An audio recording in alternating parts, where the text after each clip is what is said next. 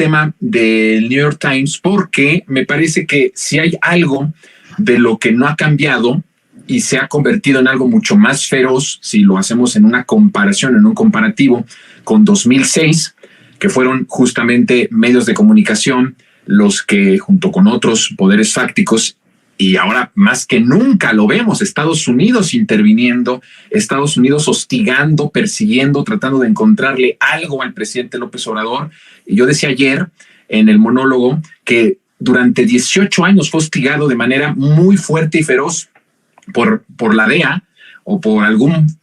poder, algún factor de poder de Estados Unidos, no necesariamente la presidencia, pero hostigando a Andrés Manuel López Obrador para encontrarle algo y no pudieron. Por eso no pudieron impedir que fuera candidato ni en 2006 ni en 2012 y tampoco pudieron impedir que fuera presidente en 2018. Pero hay una línea que sigue siendo la misma, pero que ahora la vamos viendo de una forma distinta porque el trabajo que ejerce es distinta. En 2006 era incluso un muro de contención de que no aparecieran en sus medios, en sus canales nacionales, la respuesta de, en ese momento, la campaña de Andrés Manuel López Obrador ante la guerra sucia del peligro para México, ¿no? Hay una anécdota ahí de que durante varias semanas no, por una cuestión administrativa, no entró el pago, no entró los spots que respondían a la guerra sucia de qué íbamos a hacer Venezuela y del peligro para México, ¿no? Por otro lado, pues completamente ahí veíamos a los medios de comunicación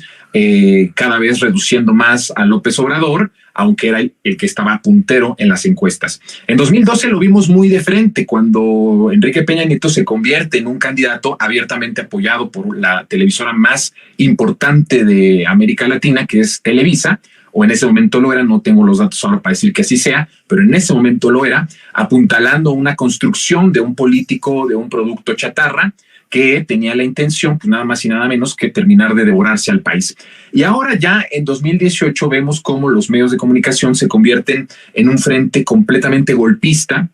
pero no solamente los nacionales, sino también los internacionales. Y ahí es en ese contexto que entra lo que estuvimos viendo, que además en una jugada también muy al estilo de López Obrador, maestra, antes de que salga el reportaje, el hablarlo en la tribuna de comunicación y de rendición de cuentas más importante del país, que es justamente la mañanera, habla de que viene una investigación que tuvieron que adelantar los de el New York Times, en donde se habla de que ahora también López Obrador supuestamente había recibido algún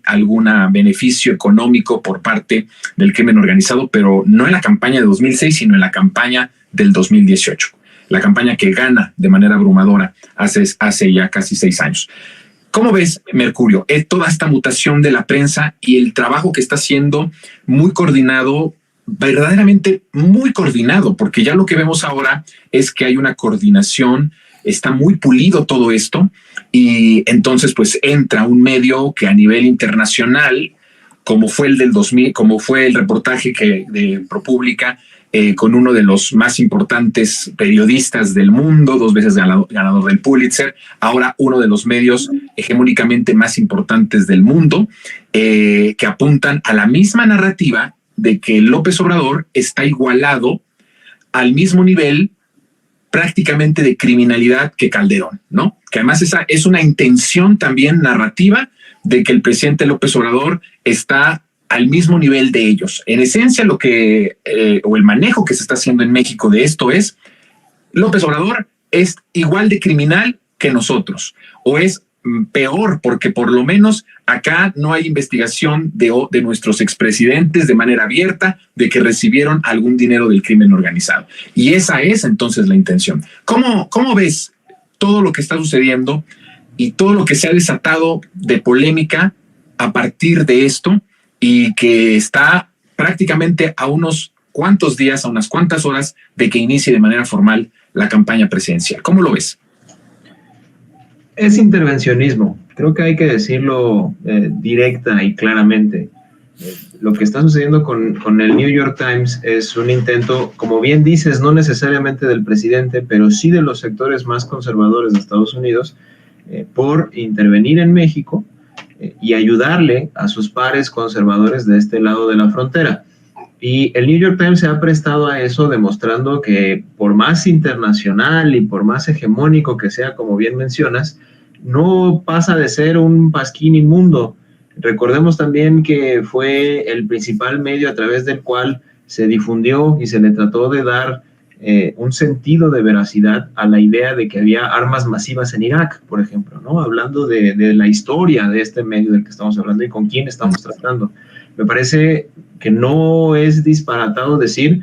que es el equivalente al Reforma de Estados Unidos. Tiene el alcance y tiene la importancia internacional porque pues es el Reforma del imperio, es el Reforma de Estados Unidos. Pero al final es el mecanismo a través del cual los sectores más conservadores pues han tratado de imponer una narrativa que les ha servido para orientar acciones nacionales e internacionales hacia sus propios intereses. Y eso es lo que vemos ahora de una manera además muy burda.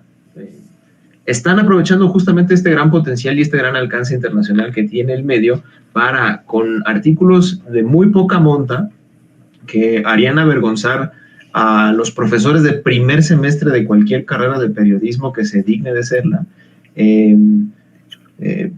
una narrativa que no tiene pies ni cabeza. No se consultaron fuentes de manera seria, no se corroboraron los dichos con pruebas de otra índole, no se hizo una investigación documental ni de gabinete como suele hacerse en este tipo de cosas como mínimo, y sin embargo se dicen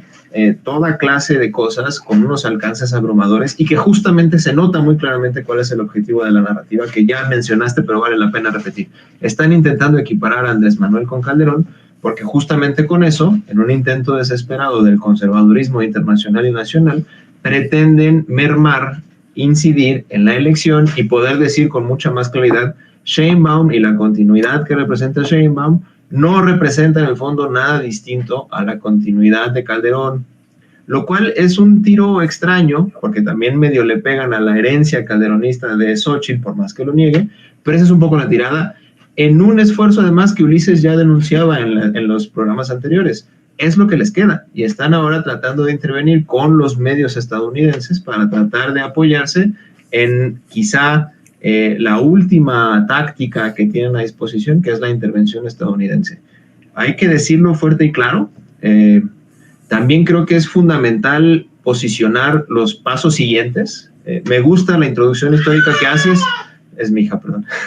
Me gusta mucho la introducción histórica que haces porque nos permite recuperar algo que a mí me parece fundamental. En 2006, con todo lo que pasó con Televisa, y también en 2012, que todavía era muy intenso, ya con Peña Nieto, el tema de la candidatura hecha por medios de comunicación masiva, etcétera, se hablaba mucho de la necesidad de democratizar a los medios de comunicación. Sí. Esto se fue diluyendo, me parece que en gran medida por el impacto de las redes sociales, que de alguna manera lograron cierta democratización vía producción y demás, pero seguimos teniendo estos grandes conglomerados. Y me parece que habría que rescatar esa intención y ese objetivo, sobre todo en la medida que reconozcamos que